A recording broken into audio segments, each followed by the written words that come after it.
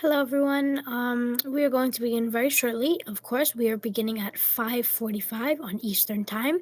So, welcome to part two of Primary Night in America for Alaska and Wyoming. This is a continuation of yesterday's primary coverage that we did not get to finish. So, tonight we will be giving you results for Wyoming and Alaska if you did miss it. So, we'll see you at 5:45. So, stay on the live, please. Subscribe if you haven't yet. Please share the video, and we hope to see you currently in 2 minutes. Thank you.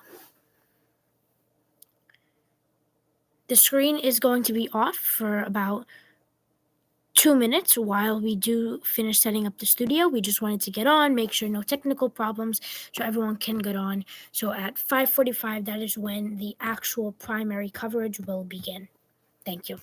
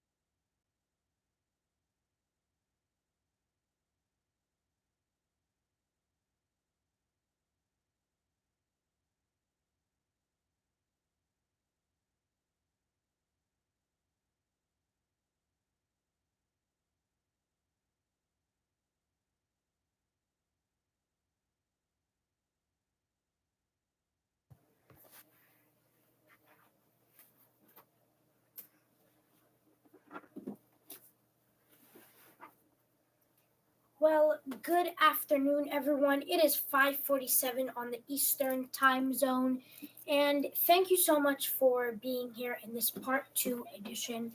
This is our first time of doing a part two edition, and it seems like it has worked out extravagant. So let's explain to you why we are having a two-night election night in America primary coverage. Now, yesterday we did primary coverage from 11:30 to about 12:10. And when we did this primary coverage at 12 o'clock, the Secretary of State of Arizona did send me an email saying that polls had closed, but then at 1 o'clock saying polls closed once again. So that did obviously confuse, and no results were in at 12.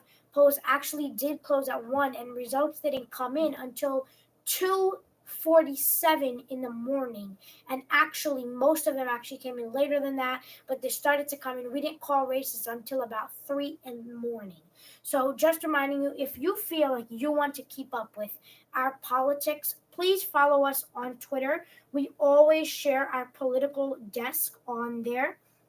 And let's explain this. The political desk is called, the username is NR Politics Desk. So you can follow us on Twitter if you have it to keep up with the following. But we're coming in to breaking news coming in here tonight. We called races last night. Some upset President Donald Trump, but other were happy awakenings for President Donald Trump. It's showing people that Donald Trump has power in America and that he is not afraid to call people rhinos and to demolish people in their primaries. So let's get straight into it. We have lots of projections. There's only one uncalled race coming into tonight, and that could take months or months. We can never tell because, of course, they're using ranked choice voting. So we are going to begin with Wyoming's Democratic primary in the House of Representatives. And for the Democratic primary there, El Gray Bull did win. And I think that was very expected. But let's explain something to you here very carefully. In Wyoming, there have been lots of votes, and it might have not been as many votes as several people have wanted, but there's a number of Democrats, maybe 50,000, maybe 49,000, maybe even 40,000.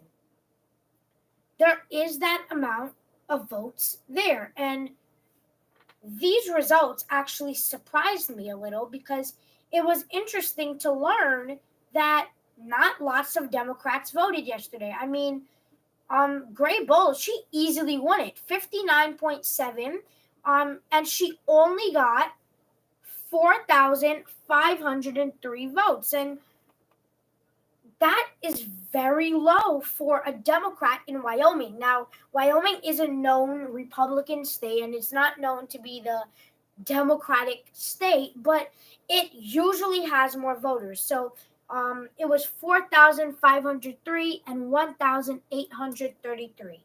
That's about 5,000, maybe 6,000 votes. And 6,000 votes for the Democratic primary is very low. That's low in any primary.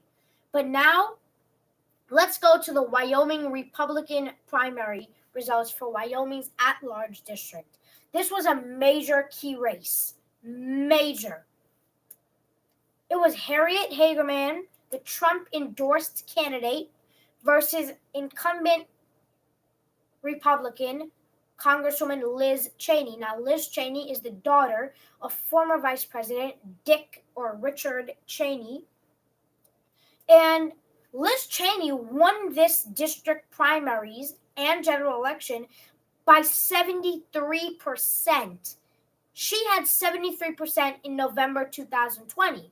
So in her concession speech, she was like, if I did it then, why couldn't I win it today? And the answer is pretty quite clear. She did not get the endorsement of President Donald Trump in a President Donald Trump area. This is her incumbent district with 99 precincts reporting in. Harriet Hagerman won this race at 9:27, 27 minutes after polls closed in Wyoming. A key race called in 27 minutes. People thought it could take a day, maybe even 2 days. Called in 27 minutes. Who's leading? Harriet Hagerman by a big threshold. 66.3, and Harriet Hagerman had 113,025 votes. Then Congresswoman Liz Cheney Congresswoman Liz Cheney, the incumbent, mind you, got 28.9. 66.3, a newcomer, an attorney, Trump endorsed though, won 28 to 28.9. This is an incumbent congresswoman. Now, she's just not someone who didn't get the endorsement of President Donald Trump, missed that long list. Liz Cheney did not get the endorsement of Donald Trump because she is one of his most vocal critics now. She came out against him in January of 2021.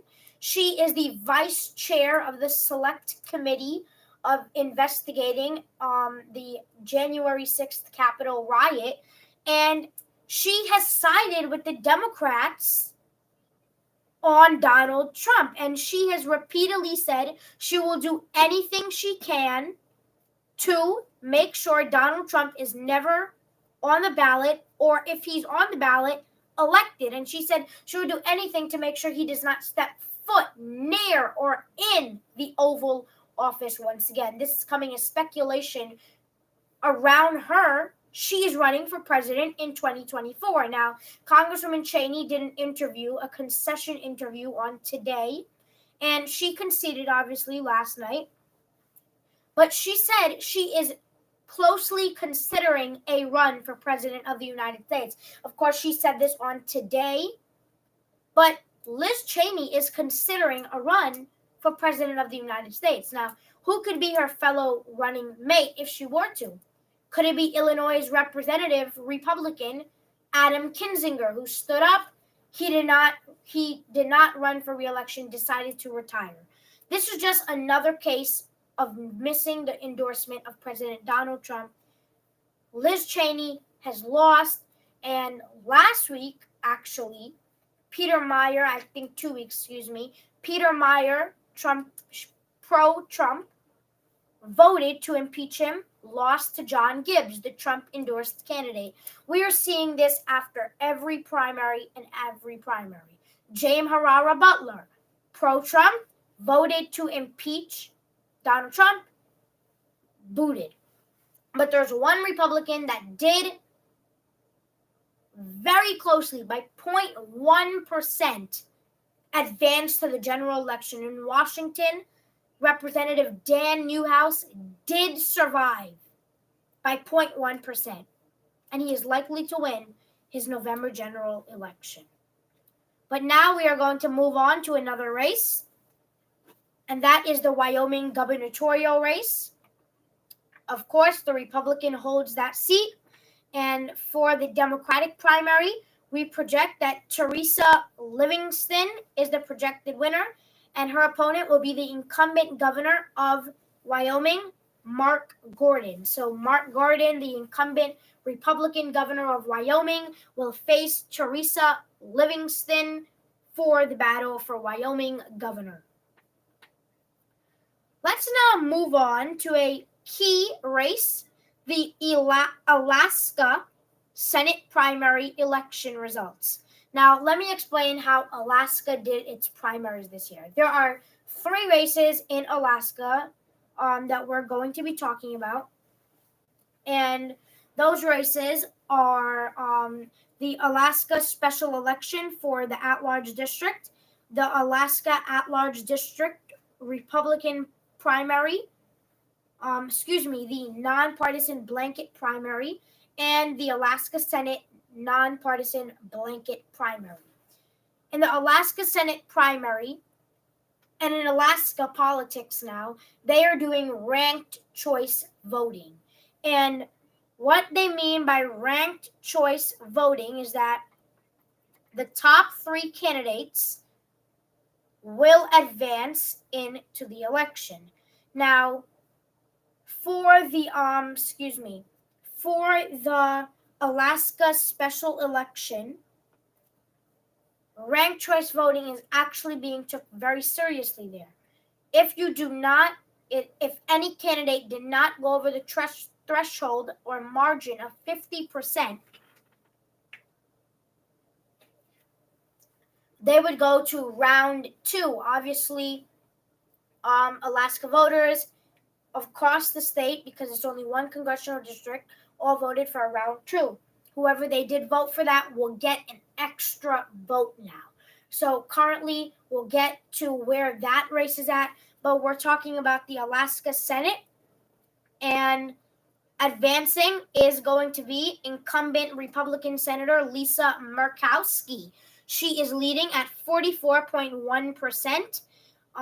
She is going to advance. The incumbent will advance. She's leading in her primary. This is upsetting President Donald Trump right now because he endorsed Kelly Tshibaka, and Kelly Tshibaka is in second place right now at 39.9. So Senator Murkowski is leading at about 4%. And this is upsetting President Trump because, of course, he wants his candidate to get number one. But obviously, in a nonpartisan blanket primary, there's top 4 candidates, and they will all advance into the general election. So we said 2 out of the 4 candidates. So the next candidate advancing is going to be Patricia Chesebro, and she is the only Democrat expected to be in the race. Of course, there's 4 needed in the general election. Only 3 out of the 4 have been called. So we're waiting on the one other person in that race of who will be the 4th candidate or nominee, But Patricia Chesebro, she did get 6.2% of the vote. That is showing you how many Democrats did vote for the Democratic Party of Alaska's designee. And she got about 9,612 votes. So, of course, very upsetting for President Trump. His candidate is in second place, losing by 4%. We're going to move on to the Alaska House special election.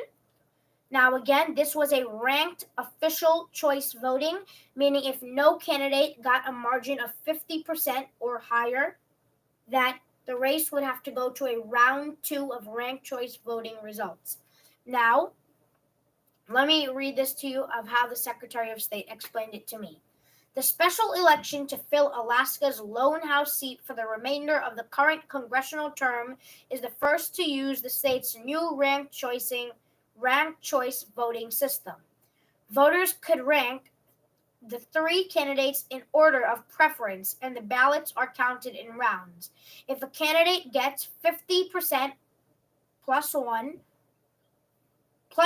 of the first choice votes in round 1, they win. If no one does, which happened, the candidate with the fewest votes is eliminated, and those voters are distributed to voters' next choice on these ballots. So the results that I'm going to read you are the first choice votes in round 1. Obviously, they needed a round 2, that they will start counting those on August 31st, which is quite some time from now. It is August 17th, so we do have some time until round 2 votes will start to be counted. But leading is Mary Peltola, and she is the Democrat. She is leading at 38%, and she is beating currently the Republican favorite, former governor of Alaska, Sarah Palin. Former vice presidential nominee Sarah Palin, the Republican, is currently losing by about 7 to 8%. Now, Sarah Palin is at 31.9%, while Nick Begich, who is the nephew of former Democratic Alaska Senator Begich, his family is a Democratic known Alaska family, but he is a Republican. Make that clear. He is Republican, and he is running for the seat. He's in third place. He only got about 28.5% of the votes, but Mary Peltola, the Democrat in this race, coming from the below, she is the Democrat in a Republican state and is leading in the first round votes. So if there were no ranked choice voting, Mary Peltola would be elected the U.S. House representative for the at-large district. So Mary Peltola is leading 38%. That is equivalent to 58,614 votes. Sarah Palin is at 31.9%, which is equivalent to 49,190 votes. And Nick Begich is at 28.5%, which is equivalent to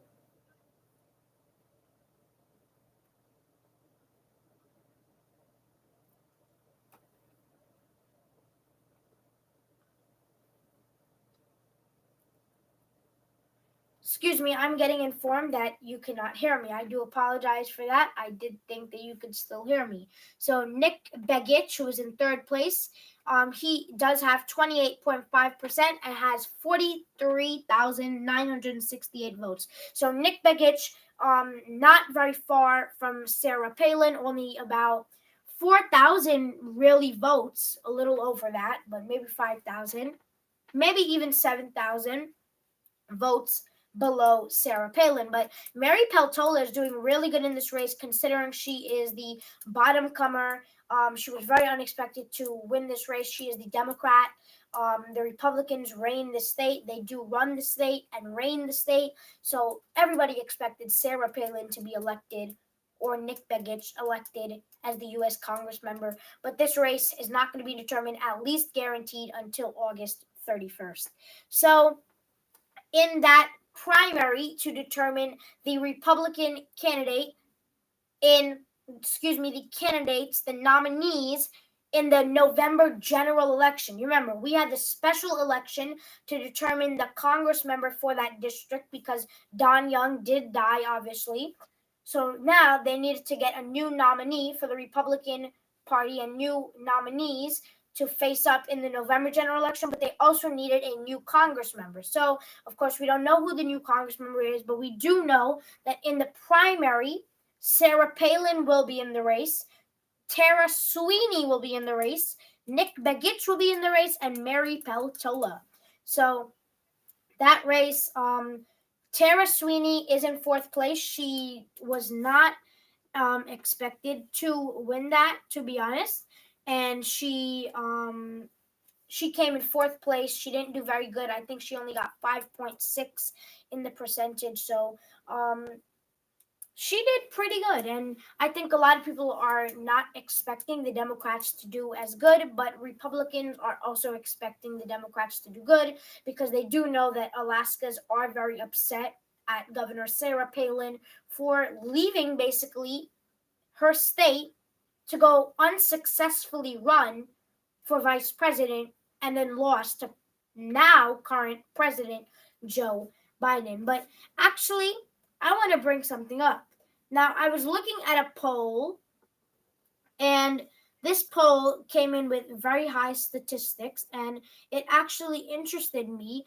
These are two polls, and one of them is in Wisconsin. Now, MAGA Trump endorsed candidate and Republican nominee Ron Johnson in Wisconsin is losing in his poll to Mandela Barnes, who is the lieutenant governor of Wisconsin. He's facing Senator Johnson in November. But Mandela Barnes, the Democrat, the opposition party, not the incumbent party, is up by 7 points. Now, this is a state where President Biden narrowly won, and this was a state where President Trump and Republicans tried to deny their according to Mandela Barnes. But also in the state of Florida, Republican state, incumbent Senator Marco Rubio is facing election, and his opponent is the Democrat expected opponent because there is no other candidate running with her, but Representative Val Demings, and she is leading by 4 points. So that is a potential 2 pickups for the Democrats. In Pennsylvania, John Fetterman is significantly leading by over 30% on Dr. Oz. Now, of course, November 8th, that will be the day when all of things get determined. So on next Tuesday, we're just informing you, next Tuesday at 9:30 p.m. Eastern, we're going to schedule and we'll post the link. We will be sharing primary election coverage for New York of the House. There's some key races in New York of the House of Representatives. We have New York's 10th district, New York's 12th district, New York's 20th. We have so many great key races we're going to be covering. Polls do close there at 9:30. So Oklahoma, and Florida, as I mentioned. So we will see you, hopefully, we'll see you on August 23rd. That is Tuesday. Thank you so much for joining me on this part 2 edition of Election Night Primary in America. Thank you, and I'll see you on the next edition of Primary Night in America Elections. This has been Navesh's Royalties special coverage of the 2022 primary election. Thank you, and have a great day.